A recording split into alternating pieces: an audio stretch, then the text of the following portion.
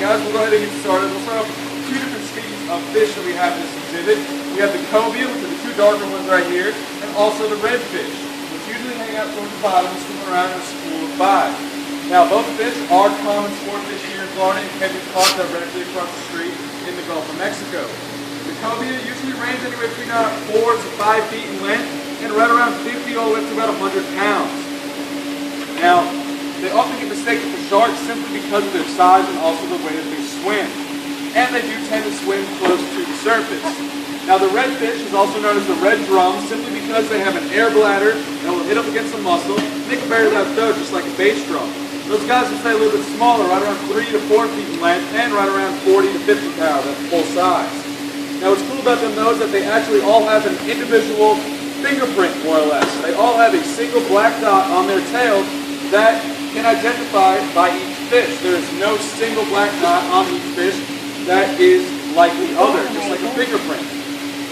Now we also have two different species of sharks. No, put your hand in there. 2 black reef sharks and we have 5 nurse sharks. Now, both species can be found once again in the Gulf of Mexico. As a matter of fact, the nurse shark can be found close to shore.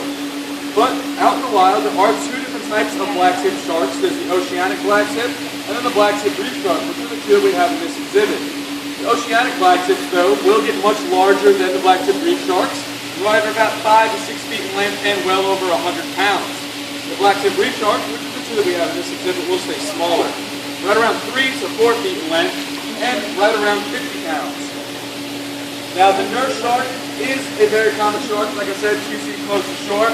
And they are a very docile. This is just how close they letting them get. See my hand right here? And they're right there. People often mistake them for being too docile, but chase after them trying to get a closer look and end up getting bit.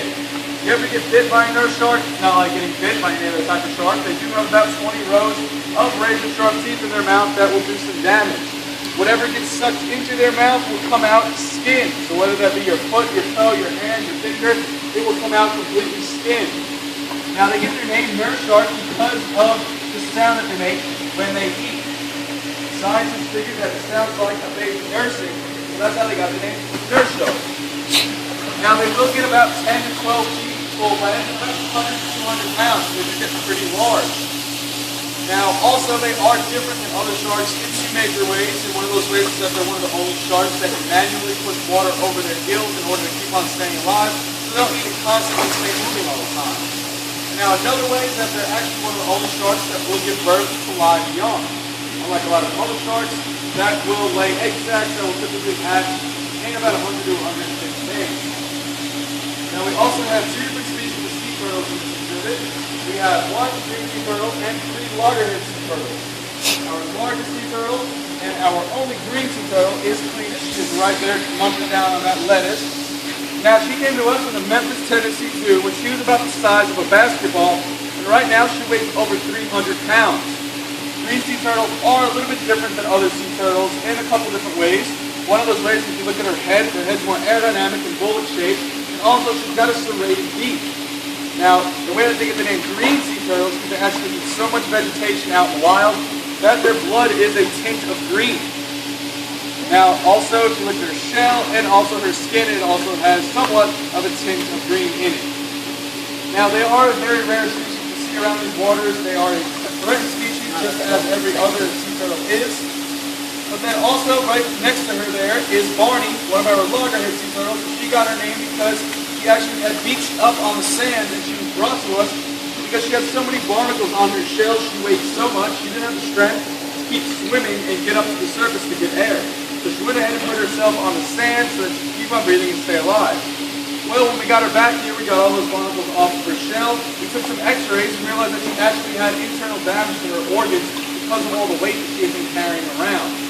So the government deemed her as irreleasable because she would not be able to survive properly, provide for herself out in the wild.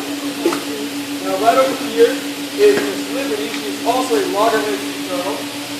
But as you can see, she's missing part of her flippers. This is because she was actually attacked by a shark out in the wild. She got her name Slippy because she was brought to us on the 4th of July.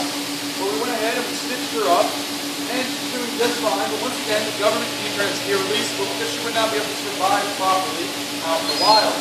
Now, unlike other turtles, sea turtles could not tuck in any of their fins or heads or tails, so they are very firmly intact, which is another reason why a lot of people think that sea turtles will live to be about 100 or 150 years old. That's typically not true.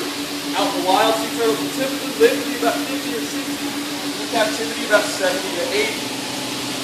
Now, our last sea turtle that we have in here, his name is Casper. Now, Casper is right down there. He's kind of kept by himself, but he likes to swim around a lot. He has been with us ever since he's been about the size of a ping pong ball. And if you look at him, he looks a little bit different. He's also a loggerhead sea turtle, but he does not have any pigment left in his skin or his shell. He has a little bit of pigment left in his eyes, and that's really about it. And there's one little mark in his shell. He has a condition known as leucistic. This is actually having characteristics of both albino and normal pigment, which is why he's been with us, like I said, ever since he's been about the size of a ping pong ball, and right now he's about 13 years old. He, once again, would not really have a good chance of surviving out in the wild because he doesn't blend in with the reefs or with the wrecks, so he would stand out a lot and probably end up getting attacked. Look, guys, if anybody has any questions, please feel free to ask. I'll be more than happy to answer them for you. I know a very common question that we do get is, what are the rocks doing hanging from the poles? And guys, those rocks are actually for the sea turtles. They will often use them to scratch their backs, get any kind of algae or barnacles that may be growing on their backs off. But I hope you guys enjoyed today here at the park. Please feel free to ask questions. I'll be more than happy to answer them for you. You guys have a great evening and enjoy the rest of your day. Thank you. What are barnacles? Barnacles? What are they? Barnacles? They're basically a type of mollusk, which is like a clam or a scallop. And they just attach on and keep everything clean. They're actually good to have in exhibits. They help clean and purify the water. But on an actual shell, they could become like a parasite. And they'll end up getting like a raw spot. And it won't be good because it can actually eat away at the shell. Go ahead. Which turtle is Liberty? Which turtle is Miss Liberty? Miss Liberty right now. Where'd she go? Where'd she go?